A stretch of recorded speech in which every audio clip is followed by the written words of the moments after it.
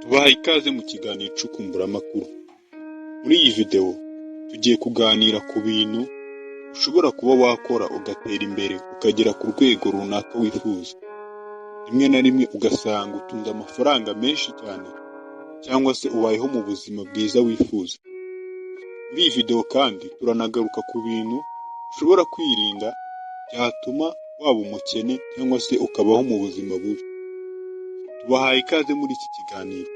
Ni ikiganiro mutegurirwa kandi mukagezwaho nanjye Edson Nishimwe. Ujya wibaza impamvu abantu benshi muri iyi si cyangwa se muri ubu buzima usanga bafite amafaranga menshi kandi ari agakundi k'abantu bakeya cyane. Ugasanga batunze amafaranga menshi cyane, amamiliyari menshi ashobora kuba yatunga abantu benshi cyane mu gihe cy'imyaka runaka. Nyamara ugasanga hari abandi bantu usanga babayeho mu buzima bwa gikene, rimwe na rimwe bagorwa no kuba babona iby'ibanze nk'ibyo kurya ndetse n'imyambaro. Ese biterwa n'iki? Ni ayahe makosa abantu baba barakoze mu rugendo rw'ubuzima bwabo atuma igihe cyose cy'ubuzima bwabo babubamo ari abakene, nyamara hari abandi bantu usanga bafite amafaranga menshi cyane, rimwe na rimwe anarengeje ubushobozi bwabo. Tubahaye ikaze muri iki kiganiro. Nigiye ugiye kukibagezaho nk'uko nabibabwiye, ni Edson Nishimwe. Basaba gukomeza ubane natwe, wirinde kwihutisha iyi video kuva itangiye kugeza irangiye, ndetse ukande subscribe ndetse ukande n'inzogera kugira ngo ibiganiro byacu bijye bikugereraho ku gihe, utibagiwe kutwandikira igitekerezo cyawe ndetse ukore share no ku bandi bantu benshi kugira ngo ibi bitekerezo byatuma batera imbere bakava ku rwego rumwe bakajya ku rundi nabo bibagereho.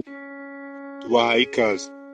Muri iki kiganiro turatangira tuvuga ku bintu bituma abantu benshi badatera imbere, amakosa abantu bakora. Ibi bintu twabivumbiye mu byiciro bibiri.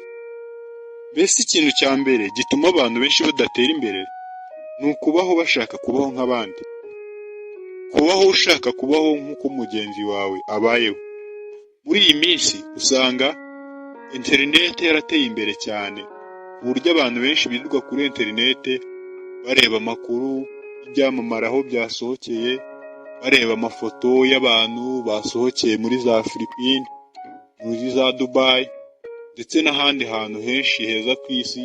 Ugasanga nawe urashaka kubaho muri ubwo buzima, rimwe na rimwe ugasanga ukorera amafaranga make cyane nawe ubwawe ataguhagije.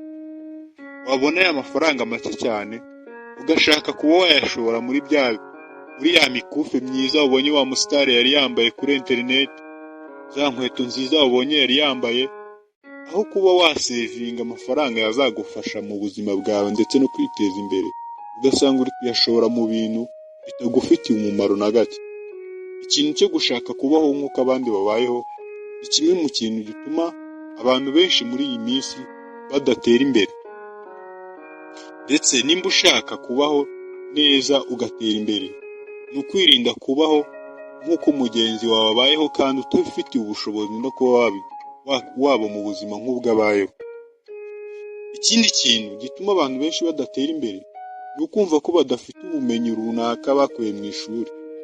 Ugasanga nimba kuko utarize amashuri runaka, ukumva ko hari urwego utavaho ngo ugereho bitewe n'ikigero cy'amashuri ufite, ukumva ko wenda nta digiri runaka ufite yagufasha kuba wabaho, ndetse ukumva ko utatekereza ukundi kuntu wabaho cyangwa se ngo ushake ikindi gitekerezo cy'uburyo wabaho utagendeye ku bumenyi wakuye mu ishuri.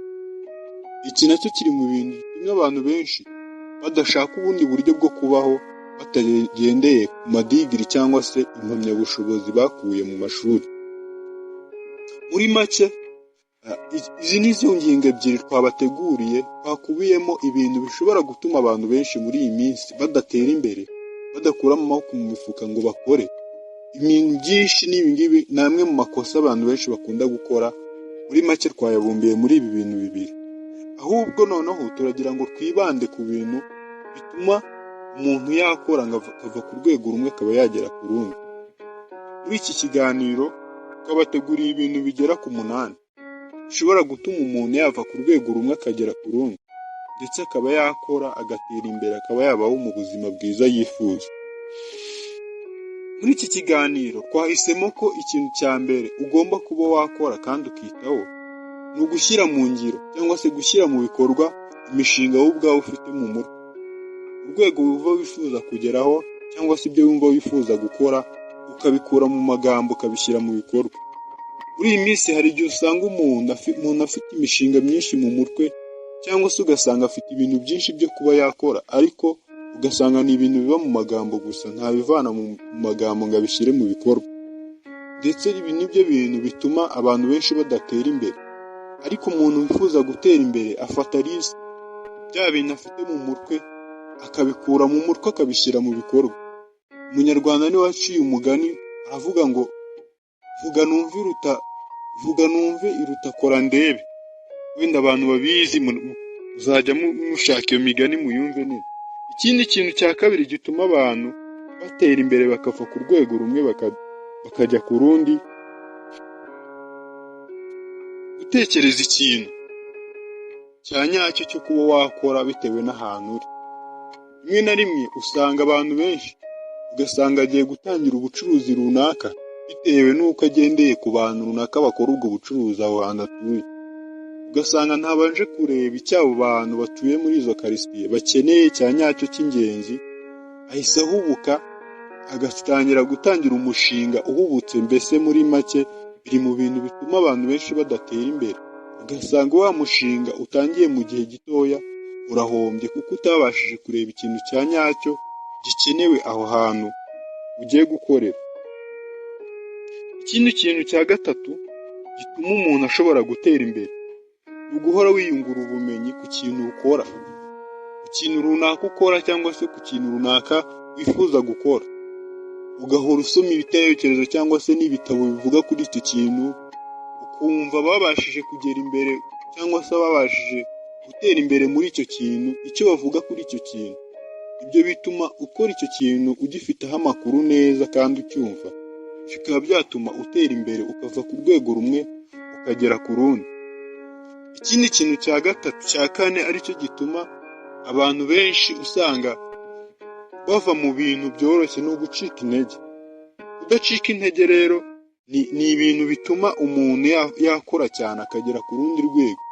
Umuntu udacika intege atera imbere cyane kubera ko usanga mu bintu dukora umunsi ku munsi ari ibintu biba bigoye kugira ngo ugere ku iterambere, biragora. Rimwe na rimwe duhuramo n'ibintu by'imbogamizi nyinshi. Rero ikintu iyo wifuza gutera imbere wirinda gucika intege muri icyo kintu uri gukora. Ibi ngibi biragufasha cyane kugera ku rwego wifuza cyangwa se kuba uwo wifuza kubaho. Ikindi kintu cya gatanu, kubaka icyizere mu bantu. Iyo wubatse icyizere mu bantu ibintu biragufasha cyane kuko ukomeza kwizerwa mu bantu niko ukomeza kubona amaproje menshi, niko ukomeza kubona imishinga menshi. Abantu bakwizera niwe bakomeza guhereza amaproje yabo. Ibi ngibi nibyo bikomeza kuzamura ubukungu bwawe iyo wubatse icyizere mu bantu uri inyangamugayo. Iki ni ikindi kintu cya gatanu gishobora kuba cyatuma utera imbere. Ikindi kintu ni ukugira icyerekezo. Icya gatandatu ni ukugira icyerekezo mu byo ukora. Ukora ariko ufite aho ushaka kugera. Iyo wasetinze intego zaho ushaka kugera, ibi nabyo bituma ukora ufite intego bitewe n'ubuzima wifuza kubamo buri imbere. Bituma nyine ukora ibintu bihwanye n'inzozi zawe. Iyo wifuza ibintu binini bituma ukora cyane.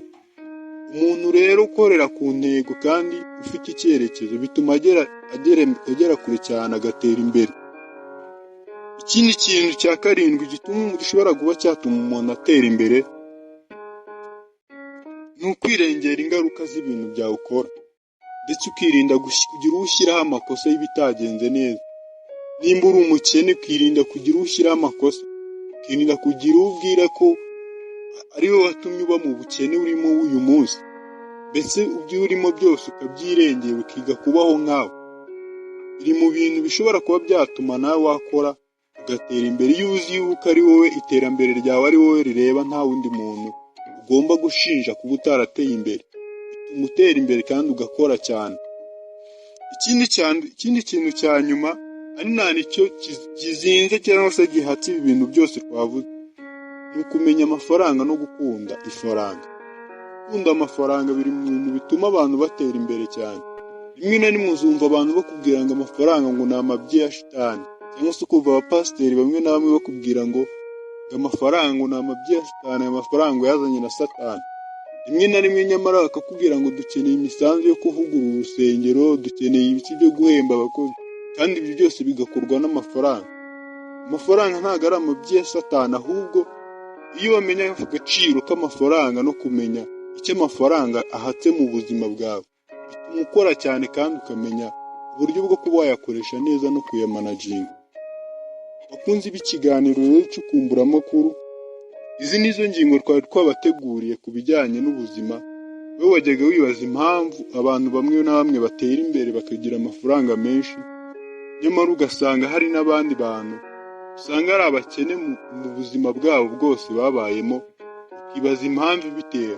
Impamvu rero nta yindi ni izi ngizi, ni uko abantu baba barakize cyane. Hari ibyo baba baragiye birinda mu buzima, cyangwa se ari n'amahame usanga baba baragendeye. Mu gihe abantu baba barabaye abakene mu buzima bwabo, hari ibyo baba baranze kunyuramo, hari ibyo baba baranze kwiyemeza kuba bacamo, bigatuma babaho ubuzima bwabo bwose ari abakene. Turabashimiye cyane rero mwakomeje kudutega amatwi, mugakomeza kureba iyi video kuva itangiye kugeza irangiye. Turabashimiye cyane, mwibuke gukora subscribe nimba ari ubwa mbere ubanye natwe muri iki kiganiro, ukore share kugira ngo abandi nabo bakomeze kubona ibi bitekerezo byabafasha kubaho no gutera imbere muri ubu buzima. Ndetse wibuke no kukwandikira igitekerezo aho ngaho muri comment box kugira ngo tujye dukomeza kubana umunsi ku munsi. Turabashimiye cyane.